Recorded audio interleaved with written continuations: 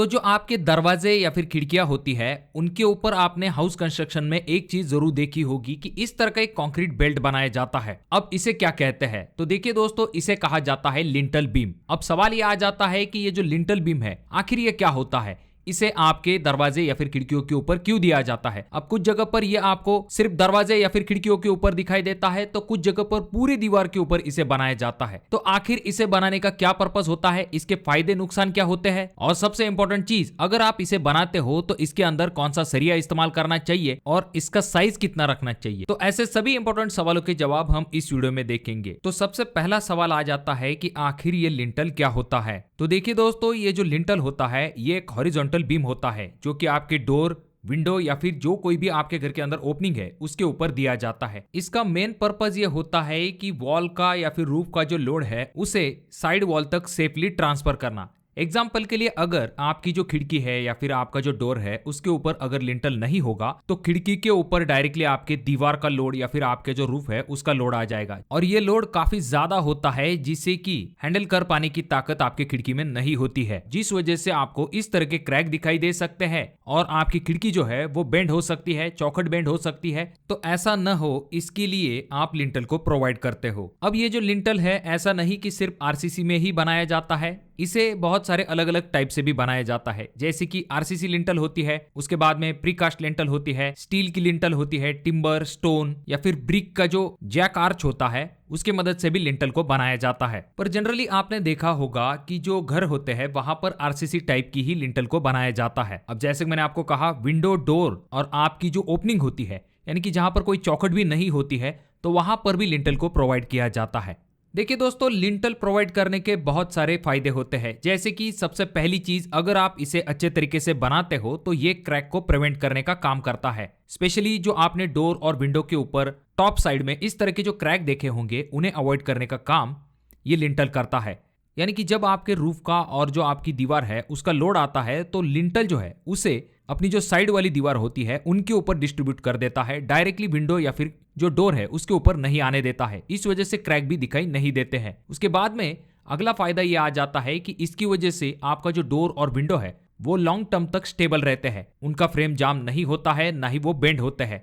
उसके बाद में लिंटल के और भी कुछ फायदे होते हैं, जैसे कि लिंटल जो होती है सिस्मिक यानी कि जो अर्थक्वेक परफॉर्मेंस को भी इंप्रूव करने का काम करता है, क्योंकि इससे आपके स्ट्रक्चर को एक एक्स्ट्रा मजबूती भी मिल जाती है। लिंटल का अगला फायदा यह होता है कि जब भी आप आगे चल के फ्यूचर में अगर कोई फ्रेम, ग्रिल या फिर रेलिंग को फिक्स करना चाहते हो तो इसे करने में आपको काफी आसानी हो सकती है।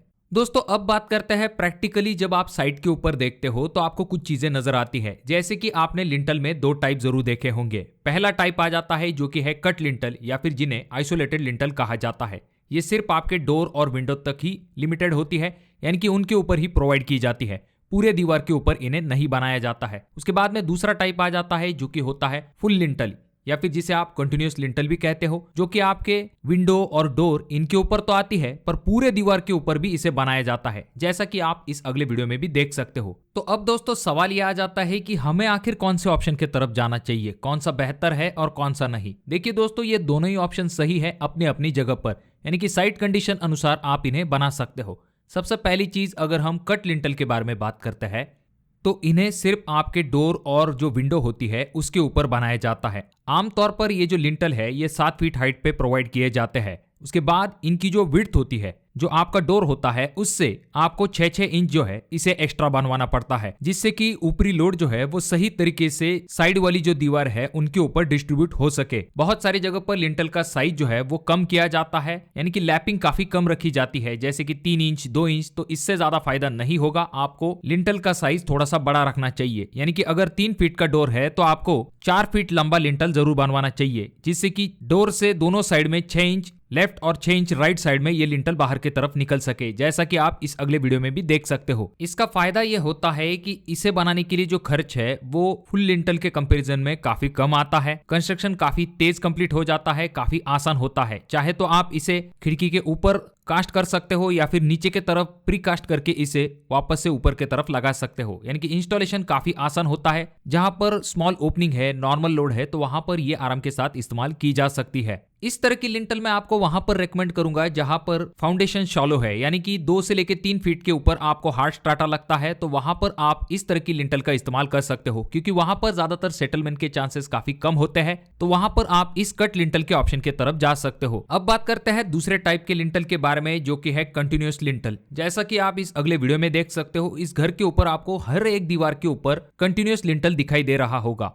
तो देखिए दोस्तों, इसका सबसे बड़ा फायदा ये आ जाता है कि ये आपके विंडो, डोर और उसके साथ पूरे दीवार के ऊपर होती है। इसका सबसे पहला फायदा तो ये आ जाता है कि ये आपके बिल्डिंग का जो अर्थक्वेक रेजिस्टेंट है वो बहुत ही स्ट्रांग बना देती है। उसके बाद में बहुत बार जहां पर फाउंडेशन काफी डीप होता है वहां पर सेटलमेंट के चांसेस काफी ज्यादा होते हैं, वहां पर आपको दीवार के ऊपर ज्यादा क्रैक दिखाई देते हैं, तो उससे भी कुछ हद तक बचाने का काम ये कंटिन्यूअस लिंटल करती है। तो ये 2 मेन सबसे बड़े फायदे इस कंटिन्यूअस लिंटल के आते हैं। उसके बाद में आप अंदर की तरफ जो लॉफ्ट निकालते हो तो वहां पर भी आपको कंटिन्यूअस लिंटल प्रोवाइड करना पड़ता है।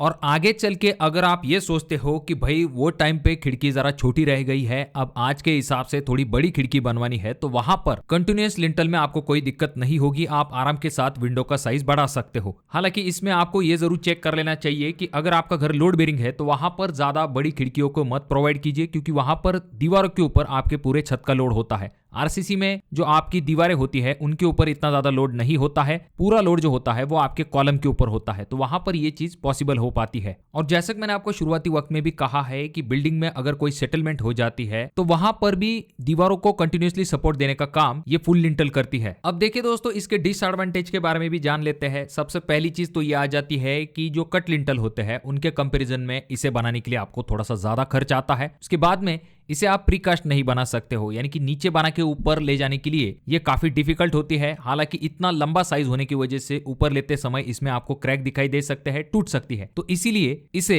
जो दीवारें हैं उनके ऊपर ही बनाया जाता है, जिस वजह से इसे बनाने के लिए थोड़ा सा ज्यादा लेबर रेट लगता है और इसका कॉस्ट भी बढ़ जाता है। तो अब ये जो कंटिन्यूअस लिंटल है ये कहां पर सबसे बेस्ट ऑप्शन हो सकता है? देखिए दोस्तों, जिन घरों का फाउंडेशन काफी डीप होता है, जहां पर इजीली हार्ड स्ट्राटा अवेलेबल नहीं होता है, तो वहां पर काफी ज्यादा सेटलमेंट के चांसेस होते हैं। तो ऐसे घरों के लिए अगर आप कंटिन्यूअस लिंटल का इस्तेमाल करते हो तो यह आपके लिए काफी बेनिफिशियल साबित होता है, क्योंकि सेटलमेंट के जो क्रैक है उन्हें रोकने का यह काम करता है और बिल्डिंग को काफी ज्यादा मजबूती भी देने का काम करता है। तो इसीलिए जहां पर डीप फाउंडेशन है वहां पर आपको जरूर फुल लिंटल के ऑप्शन के बारे में सोचना चाहिए। और जहां पर आपके पास फाउंडेशन की डेप्थ काफी कम है, यानी कि हार्ड स्ट्राटा इजीली अवेलेबल है, तो वहां पर आपको कट लिंटल के ऑप्शन के बारे में जरूर सोचना चाहिए। अब ये जो लिंटल है आखिर इसका साइज कितना होना चाहिए? तो देखिए दोस्तों, जनरली इसकी जो हाइट है वो आप 6 इंच तक रख सकते हो और इसकी जो विड्थ होती है वो हम दीवार के साइज के हिसाब से रखते हैं। अगर 4 इंच की दीवार है तो वहां पर 6 इंच बाय 4 इंच का लिंटल आएगा। अगर 6 इंच की दीवार है तो वहां पर 6 इंच बाय 6 इंच का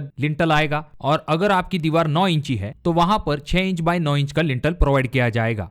अगर हम रेनफोर्समेंट की बात करते हैं, यानी कि स्टील की, तो इसके अंदर 10 mm के 4 बार मिनिमम आपको यूज करने हैं। और जो रिंग्स होती है उसके लिए 8 mm का इस्तेमाल किया जाता है 6 inch center to center distance के साथ। अगर हम बात करते हैं इसमें आप जो कंक्रीट इस्तेमाल करोगे तो वो भी आपको M20 ग्रेड का ही इस्तेमाल करना है, जिसका प्रोपोर्शन होता है 1:1 1.5:3। तो अब अगर आपके दिमाग में ये सवाल आया होगा कि अगर हम स्लैब के लिए बीम देने वाले हैं तो क्या हमें लिंटल बीम देना जरूरी होता है नीचे की तरफ? तो देखिए दोस्तों, आपको जो स्लैब का बीम देना है वो तो देना जरूरी ही होता है, पर साथ में आपको ये जो लिंटल बीम है इसे भी देना जरूरी होता है, यानी कि आपको दोनों को ही प्रोवाइड करना पड़ता है।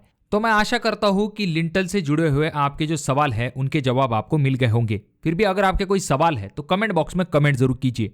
पिछली बार एक सब्सक्राइबर की कमेंट आई थी कि लिंटल के बारे में उन्हें जानना था, तो उसी के बारे में हमने वीडियो बनाई है। तो डेफिनेटली कमेंट कीजिए। अगर आपकी कमेंट इंटरेस्टिंग होती है तो उस टॉपिक के ऊपर मैं वीडियो बनाने की जरूर कोशिश करता हूं। तो वीडियो अगर आपको अच्छी लगी हो तो जरूर इसे लाइक कर दीजिए। बहुत ज्यादा ही अच्छी लगी हो तो अपने दोस्तों के साथ जरूर शेयर कीजिए।